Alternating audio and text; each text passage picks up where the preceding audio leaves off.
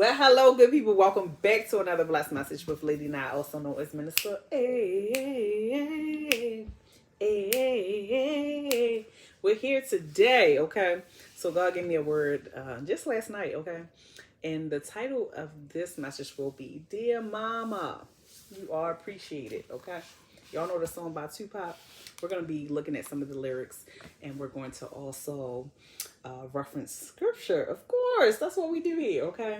So I'm not a holiday person. I don't really celebrate holidays and all of those things as much as I used to. So in the past, it was essential for me to celebrate certain holidays because that was the time to bring everyone together. You know, I'm the peacemaker, the organizer, the coordinator for parties, I guess you would say, or gatherings. So that was a way to keep everyone together, family, friends, and all those things. Over time, I've gotten to the place where that's no longer my focus. Of course, my focus primarily is the Lord Jesus Christ. Okay, so with that being said, I still enjoy gatherings where we're celebrating folk and we're recognizing the contributions of others and just to fellowship with people. You know, that's what God calls us to do. Love our neighbors, as well as our enemies. Okay, but we know our neighbors are our enemies. Enemies are our neighbors. Okay. But anyway, we're here today because we're talking about mama, dear mama. And we all have mamas or someone who's acted or served in that role in our lives, okay? And it's really a critical role to the development of a child. And I said that I don't celebrate holidays, but let me just say that one of my favorite, if I were to acknowledge holidays, would be Mother's Day, because it's essential to recognize those women or persons who have served in that capacity. Okay, so we have women in the Bible, of course, who were moms, and had to take care of their children. And when we think of care, we think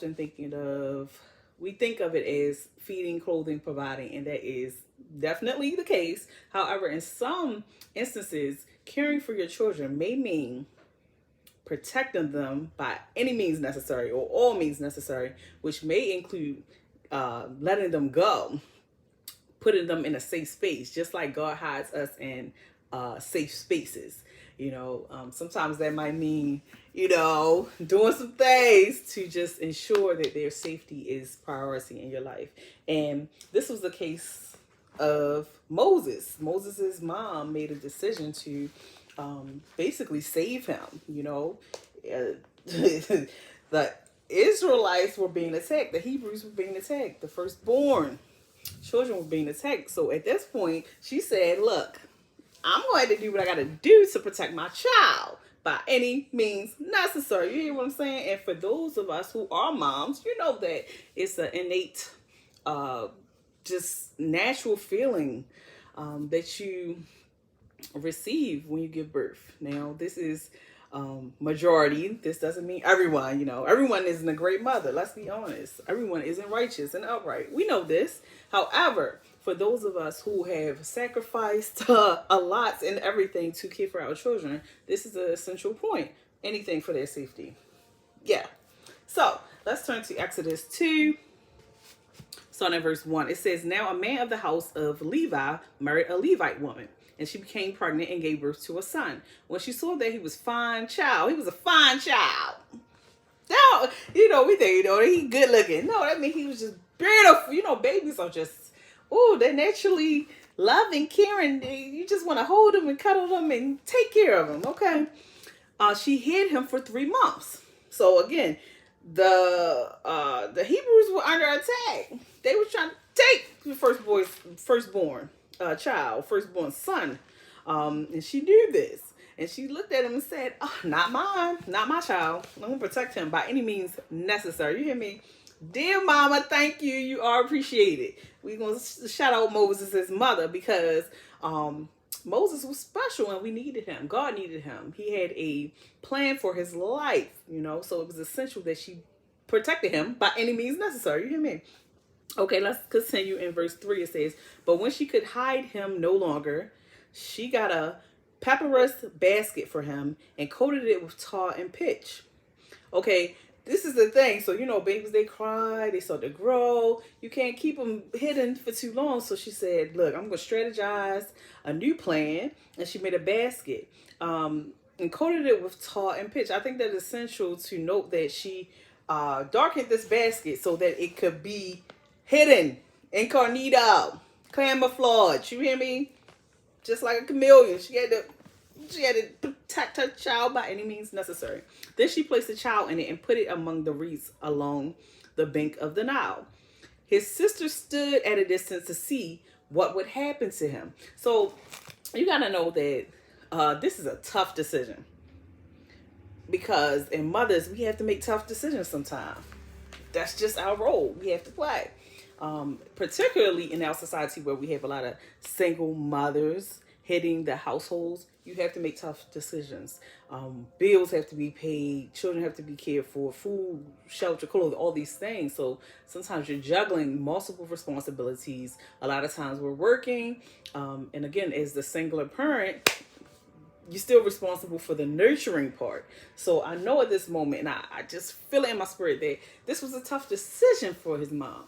It was tough. She didn't want to just, give her baby or leave her baby or disregard him in this instance. She wanted to care for him and help to grow and develop him. But again, sometimes letting him go to a safe space or putting him in a safe space will protect him. And that is demonstrating care and concern as a mother. So because she loved him so much and his sister was present, they watched him to see what would happen. Because they did care for him. This was not a case of abandonment. This was a case of care and concern, nurturing, making hard decisions, doing what you have to do to protect your child. That's what this was. So in verse 5, then Pharaoh's daughter went down to the Nile to bathe, and her attendants were walking along the riverbank. She saw the basket among the reeds and sent her slave girl to get it. And that's how he ends up in Pharaoh's house, protected in a high position, high-ranking position.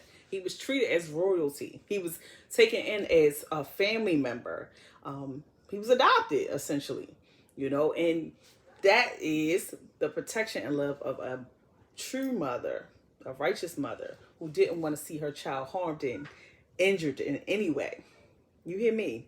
So that's the thing. And if you're a righteous mother, you're going to do it. You're going to make sure your child is protected by any means necessary. Okay?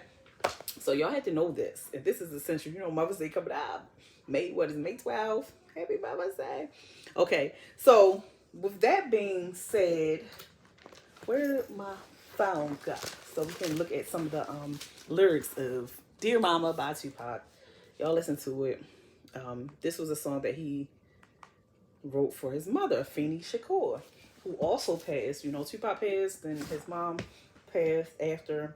However, this song lives on. Something on my mouth. Excuse me.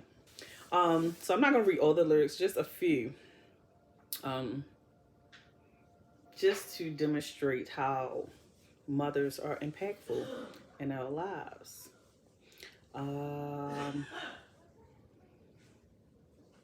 Let me see. Where do I want to start? Oh, I was actually prepared, guys. Y'all gonna judge anyway. Okay, so starting here, it says, I finally understand for a woman it ain't easy trying to raise a man. You always was committed. A poor single mother on welfare. Tell me how you did it. There's no way I can pay you back, but the plan is to show you that I understand. You are appreciated. Okay? And then it says, I hope you got the diamond necklace that I sent to you. Because when I was low, you was there for me. You never left me alone because you cared for me. And I could see you coming home after work late. You're in the kitchen trying to fix us a hot plate. You just working with the scraps you was given. And mama made miracles every Thanksgiving. But now the road got rough, you're alone. Trying to raise two bad kids on your own. And there's no way I can pay you back. But my plan is to show you that I understand. You are appreciated. Now, look, I actually know the lyrics to the song, but I'm trying not to rap. But you can listen to your own. But these are essential to demonstrating the care that mothers have over their children. Despite it all, you can't turn off a mother's love. I'm trying to tell you, there's nothing like a mother's love, a true mother. Some people want to wear that title, but let's be clear. We're talking about mothers.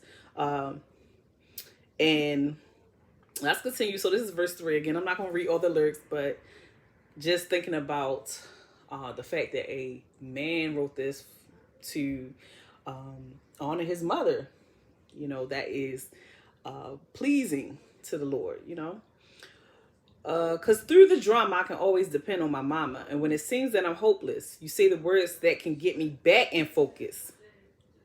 Some people don't listen to nobody, but when your mother said, you will listen, you will turn it around. When I was sick as a little kid, to keep me happy, there's no limit to the things you did. My mother's love can be limitless. You hear me? And all my childhood memories are full of all the sweet things you did for me. And even though I act crazy, I gotta thank the Lord that you made me. There are no words that can express how I feel. You never kept a secret, always stayed real, and I appreciate how you raised me and all the extra love that you gave me. I wish I could take the pain away. If you can make it through the night, there's a brighter day. Everything will be all right if you hold on. It's a struggle every day, gotta roll on. And there's no way I can pay you back, but my plan is to show you that I understand. You are appreciated. Yeah, that's the song right there. So we're gonna continue. So there's another story in the Bible that we want to actually share here to express the love of a mom. Okay, so this is the thing. Solomon was king. He was a wise king because that's what he asked God for, wisdom. And his request was granted because it was unselfish. And God will grant your request, especially when it's unselfish and it's for the upliftment of the kingdom. So Solomon, he made a wise request. He was like, give me some sound judgment. So what happened is he had to make a wise ruling between two mothers. Okay. Now let's see. Do I want to read this whole thing? But it's 1 Kings chapter 3, starting in verse 16. So it was two prostitutes came to the king and stood before him. So we're referring to King Solomon. One of them said, "My lord, this woman and I live in the same house. I had a baby while she was there with me. The third day after my child was born, this woman also had a baby. We were alone. There was no one in the house but the two of us. During the night, this woman's son died because she laid on him. She got up in the middle of the night and took my son from my side while I, your servant, was asleep. She put him by her breast and put her dead son by my breast." So she's saying that essentially her child was asleep beside her. The other woman, the child was asleep beside her. The other woman rolled on her child. Her child was deceased. She essentially tried to exchange the children and take the other woman's son. So they're asking him to say, we need somebody to make a sound judgment on what to do in this moment. So the other woman said, "No, the living one is my son. The dead one is yours." So they're both pointing fingers saying, "Hey, no, this is my baby. You got your own baby. Your baby is dead." Okay. So in verse 24, the king said, "Bring me a sword." So he's using this brain of his, to determine who is the true mom. Okay. Again, then the king said in verse 24, "Bring me a sword." So they brought a sword for the king. He then gave an order: "Cut the living child in two and give half to one and half to the other." The woman whose son was alive was filled with compassion for her son and said to the king, "Please, my lord, give her the living baby. Don't kill him." You hear me? That's the love of a mother. She was not willing to risk the life of her son just to keep him, keep the name for herself, or keep to make her point. Some of us we sell ourselves out just to make a point. Practicing insanity to make a point. That's not wise. But this woman had compassion. She had love, true love for her son, and she was willing to let him live with the other woman just so that he could enjoy his life and live and have everlasting life. That's the true love of a mother. Now, here's the case of the other woman.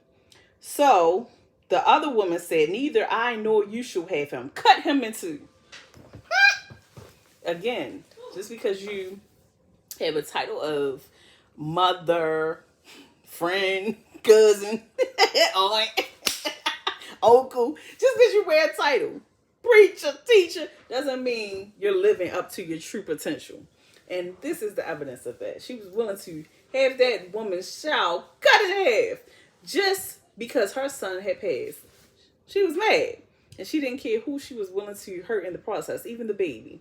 Okay? And then, in verse 27, it says, then the king gave his ruling, give the living baby to the first woman. Do not kill him. She is his mother.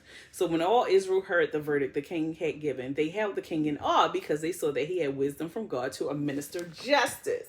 Okay? Because he realized that a true mother, a righteous mother, outright mother, would never bring harm to her child. Even if that meant letting him go. You hear what I'm saying? Let him live in peace. Let him live separately from herself. You know, that's the true essence of a mother. And I think that was demonstrated in the song. And that is it. That's the word for this moment. You hear me? So this is a happy Mother's Day in advance because we know that every day is Mother's Day, you know, when you're a mother. Because it don't stop. I don't care what age they become, what happens in life. Is every day. You hear me? So walk in righteousness, be peace filled. Talk to you real soon. Take care.